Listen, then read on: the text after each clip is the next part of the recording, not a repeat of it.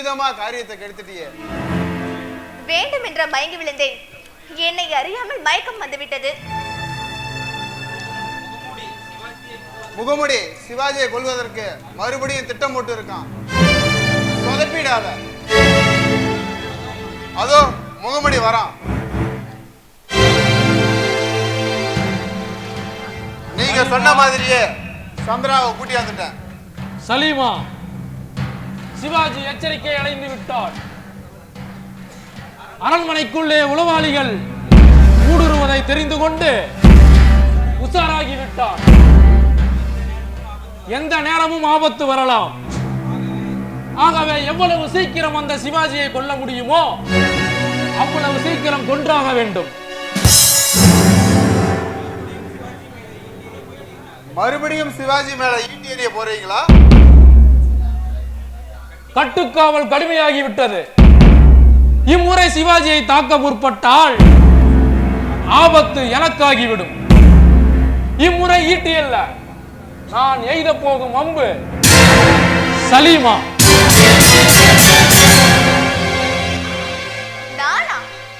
நான் கொலை செய்வதா? ஆம், நீதான். நீயேதான் சலீமா. மருந்து, மயக்க மருந்து முதட்டருகே போனால் போதும்.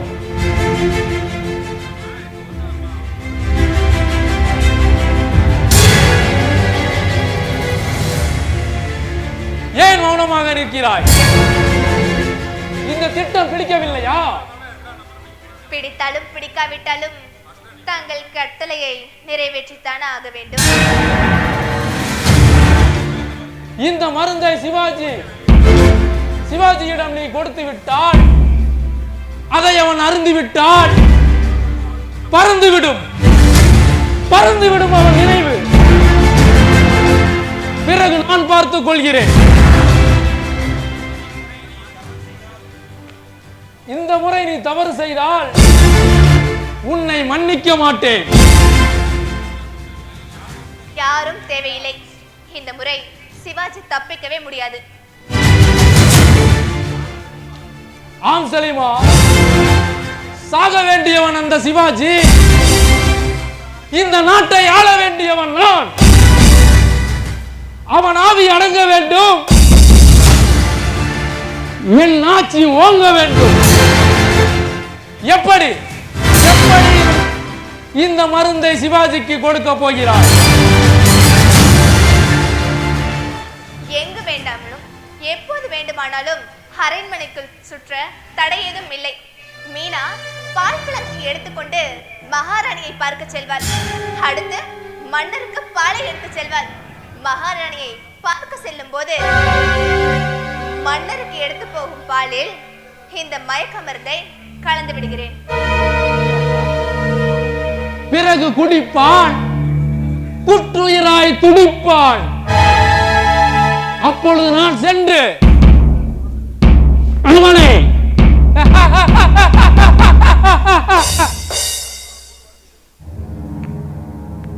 மறுபடியும் தவறு நடந்தால் உங்கள் இருவரையும் அழித்து விடு.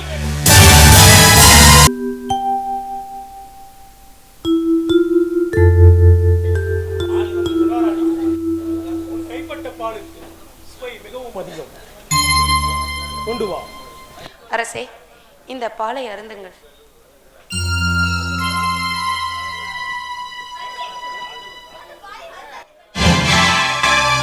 அதில் மயக்க மருந்து கலந்திருக்கிறது.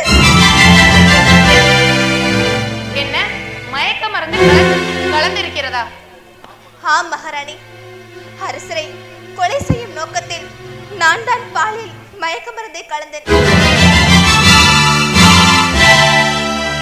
பாலை அருந்திய மன்னர் மயங்கியவுடன் யாரும் அறியா வண்ணம் அரண்மனைக்குள் புகுந்து மன்னரை கொலை செய்யவே இத்திட்டம்.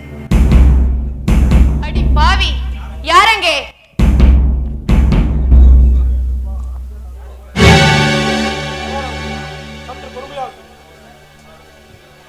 சந்திரா, யார் நீ? எதற்காக இங்கே வந்தாய்? உன்னை அனுப்பியது யார்? சொல்கிறேன் அரசே, நான் ஆக அரண்மனையில் நாட்டியக்காரியாக இருந்தவள். என் பெயர் சலீமா. ஓர் முகமுடியாருக்கு துணையாக அவுரங்கசீப்பால் அனுப்பப்பட்டவள் தான் நான். பாதுஷாவின் காவலாளியான அப்துல்லாவே இங்கு வந்திருக்கும் என் அண்ணன் வேடம் போல் ஆனந்தம். முகமூடி மனிதரின் திட்டத்தின்படி அன்று நான் நடனம் ஆடினேன் அல்லவா? நான் 3வது மணி அடிக்கும் போது உங்கள் மீது ஈட்டியை எறிவான். ஆனால் அன்று நான் வேண்டுமென்றே மயங்கி விழுந்தேன். தாங்களும் பதறி எடுத்துக்கொண்டு ஓடி வந்தீர்கள். அவன் குறி தப்பிவிட்டது. அரசே, தங்களுக்கு தெரியாமலே இங்கு ஒரு சதி கும்பலே நடமாடிக் கொண்டிருக்கிறது. சலீமா, என்னை கொலை செய்வதற்காக அனுப்பப்பட்ட நீ எதற்காக என்னை காப்பாற்றினாய்? மகாராணியின் அன்பும் தங்களின் ஆதரவும் என் மனதை மாற்றிவிட்டது. எல்லா மதத்தவரையும் மதிக்கும் பெருமையும் இல்லையினாது வழங்கும் கண்ட பிறகு என் மனம் தங்களை கொலை செய்ய சம்மதிக்கவில்லை. ஆனாலும் முகமுடியாருக்கு கட்டளையை மீறியும் உங்களை நான் அன்று காப்பாற்றி விட்டேன். அரசே, நான் எதிரிகளால் அனுப்பப்பட்ட உளவாளி. எனக்கு என்ன தண்டனை வேண்டாலும் கூறுங்கள், நான் ஏற்றுக்கொள்கிறேன். சந்திரா, அழாதே.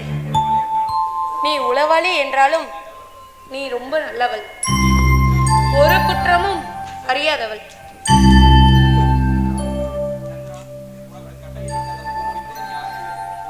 சந்திரா, உனக்கு கட்டளையிட்ட அந்த முகமூடி மனிதன் யார்? தெரியாது அரசே. எங்களை சந்திக்கும் போதெல்லாம் அவன் முகமூடியோடு தான் வருவான். ஆனால் அவன் உங்கள் அரசவையில் ஒருவன் என்பது மட்டும் எனக்கு உறுதியாக தெரியும். ஏனென்றால் உங்களை கொன்றுவிட்டு அவனே மன்னனாக ஆழ்வேன் என்று பல தடவை கூறியிருக்கிறான். எனக்கு மயக்க மருந்து கொடுத்து இருக்கும் என்னை கொலை செய்வதற்காக இங்கே வருவான் அல்லவா? ஆம் அரசே. சலீமா, உங்கள் மயங்கிய நிலையில் இருக்கும் என்னை கொலை செய்வதற்கு அவன் வரட்டும். இரவு தங்களை பார்க்க நிச்சயம் அவன் வருவான்.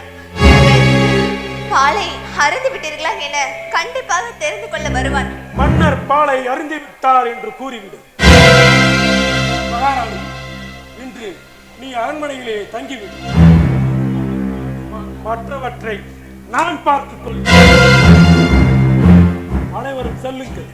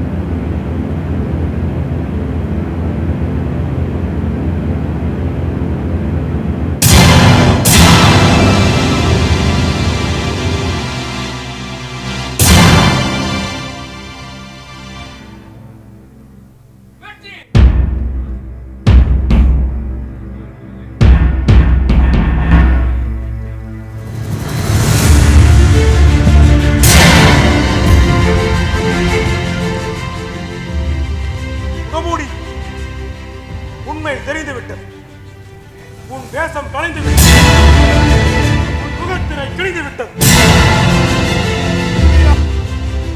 உன் முகத்திரையை கலத்தி விடு.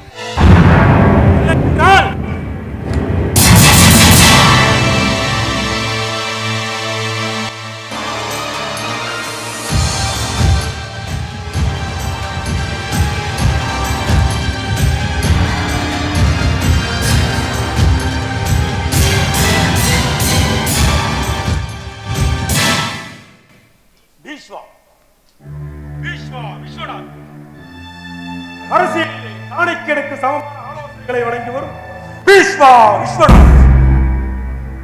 எப்படி, ஏன் இப்படி, ஏன் தலை குனிந்து விட்டது? நாட்டையும் நாட்டு மக்களையும் நேசிக்க வேண்டிய தாங்கள் இப்படி புல்லுருவித்தனமான வேலையை செய்து கொண்டிருக்கிறேன். மராட்டிய மண்ணிலே மாவீரனாய் பிறந்து இப்படி முகலாயரின் காலடியில் நாயிலும் கேவலமாய் கூடி குறுகி வாழ்ந்து கொண்டிருந்தார்.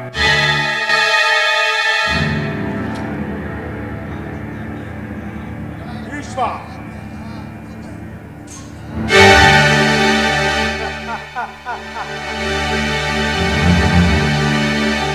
பறக்கும் பறவை, கூவும் புலி, அகமும் ஆந்தை, இவைகளின் சப்தங்களை வைத்து வருவது ஆண் எதிரியா பெண் எதிரியா என்பதை கண்டுபிடிப்பார் இந்த சிவாஜி. இந்த சிவாஜியை அறிவை நீ அரைகுறையாக இடை போட்டு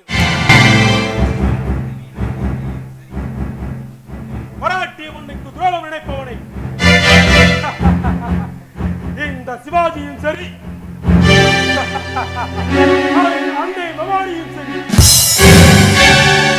ஒருபோதும் மன்னிக்க மாட்டார்கள். இன்றோடு நீ ஒழிந்து போ.